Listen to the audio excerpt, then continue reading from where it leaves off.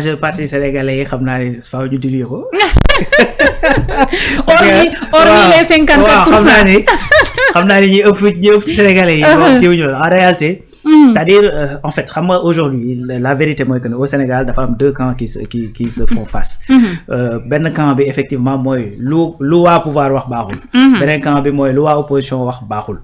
donc boo xoolee camp bi nga xamante ne ñoo nekk ci lu pouvoir wax baaxul ñoom ñooy jéem a attiser loolu parce que en réalité gars yi qu'est-ce qu'ils cherchent mooy que ni par quel moyen on va prouver aux Sénégalais que ñii ànd bi ñu ànd dëgguwul. xam nga parce que loolu la ñu faralaan tàmman di gis. alors que loolu ce n'est plus le cas ci ànd bii ñuy gis nii effectivement au niveau du pouvoir. je m'explique tey da ngay gis koo xamante ni maanaam li tax muy jàppale effectivement le ministre de la justice c'est parce que dafa jàpp ne maanaam ministre de la justice ni mu nekk di doxee day tàngal xolu ñenn ñi àndal le régime bi fi nekk. da nga ciy gis koo xamante ni démb. da ngay gis koo xamante ni ba Ousmane Diagne ne am na ku loolu benn vidéo bu ma envoyé ba Ousmane Sonko ne envoyé nañ ma vidéo ma ne ko dafa liggéeyam. dañ ne non Ousmane Diagne warata woon def loolu dafa war a indépendant dafa war a nangam. xam la parce que boobu def na loo xamante ni neex na xolu peut-être ñi nga xamante ni dañoo ànd ak le régime. effectivement léegi aujourd'hui ñu ci bari dañ naan comme moom def na loo xamante ni au moins ñi nga xamante ni ànd nañu ak régime bi. ñu ngi ci am lu leen naqari donc c'est bon. mais si on revient effectivement kaddu yi nga xamante ni moom la président Diomaye wax. c'est-à-dire président Diomaye il a été très clair. ñun nag Sénégal dañoo baaxoo nit mën naa def discours bu gudd nga dagg ci benn bribe tee loolu.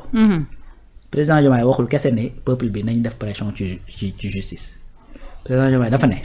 ñun duñu def benn pression politique.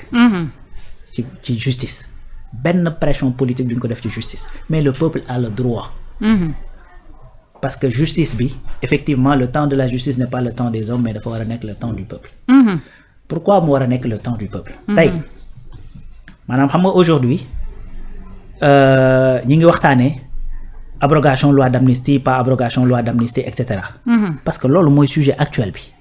lan moo tax code yi ñu leen di changer ngay dox ba benn moment nga changer code pénal wala nga changer code de procédure pénale wala nga changer code minier wala nga changer beneen code.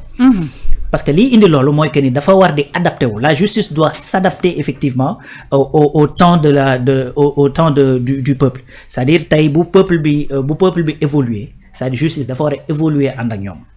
man foofu laa ko comprendre. mooy premier point bi ma koy comprendre deuxième point bi ma koy comprendre mooy quand effectivement la majorité de la population demande que kenn koo xamante ni dañ ko tuddoon ci ay mbir que ñu éclaircir ay mbiram c'est-à-dire justice dafa war a baral loolu. pour wax une bonne fois pour toutes ndax kii nii def na. wala deful.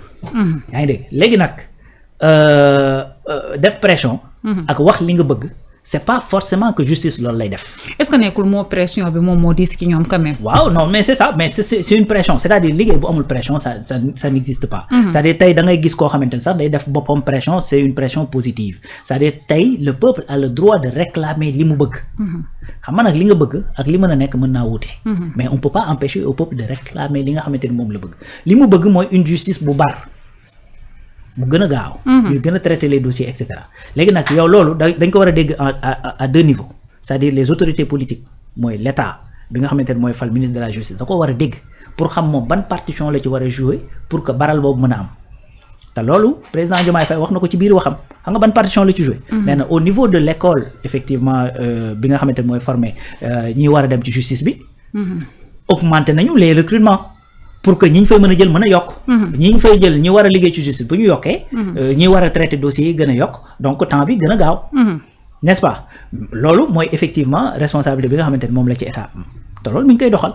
donc moom il a compris li nga xamante ne moom le peuple bi di wax ne nañu accélérer les choses mu ne ok comme dañu war a accélérer. man lii moo ci sama wàll mooy fexe ñiy jàng pour dem ci justice bi ñu yokk leen. donc loolu mi ngi koy dox beneen affaire mooy au niveau de la justice au niveau du procureur. tey procureur. ben ci ministre de la justice la dépend kooku dépend ci premier ministre kooku dépend ci président de la république donc ça c'est l'autorité politique n'est-ce pas donc foofu mën nga fa def ay accélération mais tey bu demee ci juge d'instruction bi il dépend pas effectivement du ministre n'est-ce pas donc kooku temps boppam la te temps bi nga xamante ne moom lay liggéey c'est-à-dire c'est les textes ñoom ñoo ko tënk textes yooyu nag certes joxu la délai boo xamante ni war nga cee mën a war nga cee mën a pare surtout quand il s'agit de matière criminelle. nga xamante ni mën nga instruire ba heure bu la neex. n'est-ce pas donc texte yooyu justice il faut mu respecter ko. mais comme joxuñu la délai neewuñu la defal 2 ans wala defal 3 ans. y a des cas yoo xamante ni boo ko mënee def ci 2 mois wala 3 mois mais régler ko nga passer à autre chose. comprendre nga. donc man dama jàpp ne message bi président lancé. c'est-à-dire il faut juste le comprendre simplement mooy que ni tey ñi nga xamante ni ñoo nekk ci justice bi lépp lu ñu mën a def accélération baral ko. lu ñu ci mën a def baral ko nañ ko def.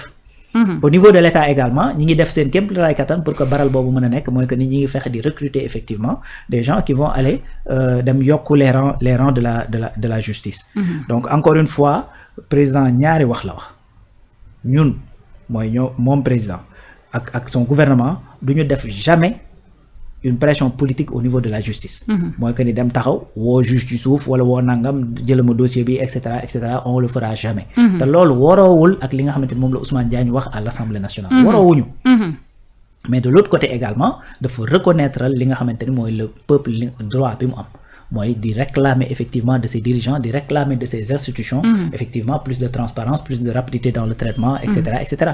peuple bi mu bëgg rek la xam. d'autant plus que ñoom ñaar ba ñuy waxante sax kenn ku ci nekk wax nga te sa moroom waxagul ndaxte Ousmane Diagne les représentants du peuple muy les députés ñoom ñoo ko posé question mu ne moom du subir benn pression jëm ci li nga xamante ne ni moom moo di ci dossier yi le président Bassirou Diomaye Diakhar Faye daal di wax à ce que askan bi daal di def pression ci justice à ce que ñu daal di am li nga xamante ne ni moom moo di lu leer ci dossier yooyee ngay wax daal ne ay dossiers yoo xamante ne ay rapport la yu ñu noppi ñu bëgg cee xam ba xam nit kañ ca tudd moo def wala deful kon tey yell na askan bi tamit daal di mën a am li nga xamante ni moom moo di information bu jógee ko ci justice. mais loolu la mais c'est aussi simple que ça. c'est-à-dire gars yi nag ñoo ko bëgg a jël yóbbu ko foo xamante ni yeggu fa et cetera.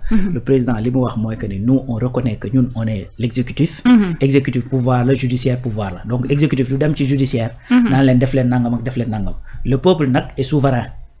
et peuple am na droit effectivement di wax à chaque fois li mu bëgg peuple mën a wax li mu bëgg moo tax muy fal ay député di fal ay maire di fal président di fal ainsi de suite n'est-ce pas parce que loolu mooy exprimer li nga xamante ni moom la peuple bëgg moo tax tey assemblée nationale ki fa am majorité lu mu fa dogal day tegu ci ñëpp parce que dañoo jàpp ne majorité peuple bi lii lañ bëgg du dëgg donc moo tax moom mu ne peuple bi également mën ngeen wax justice li ngeen bëgg parce que institution la boo xamante ni maanaam pour yéen lañ fi nekkal donc liñ bëgg nag li ñu bari ci peut-être ci Sénégalais liñ bëgg mooy que ni ñenn ñi nga xamante ni daan lañ leen tudd ci ay dossiers nga xamante ni ñoom seen i tur booy nañ suñu nopp te ñu gis leen boobu ba tey ñu nekk à l'aise di dem di ñëw di dikk ak et cetera di doxi seen i soxla te ñu jàpp ne ci seen i loxo maanaam li ci luub buñ ko dajale woon dugalaat ko ci réew mi mu régler lu bari peuple boobu nag mooy exiger à ce que ces dossiers soient rapidement traités c'est aussi simple que ça léegi nag après boo waxee sa bëgg-bëgg ba pare léegi libre à la justice nag mu doxalee ni nga xamante ne looloo mën a nekk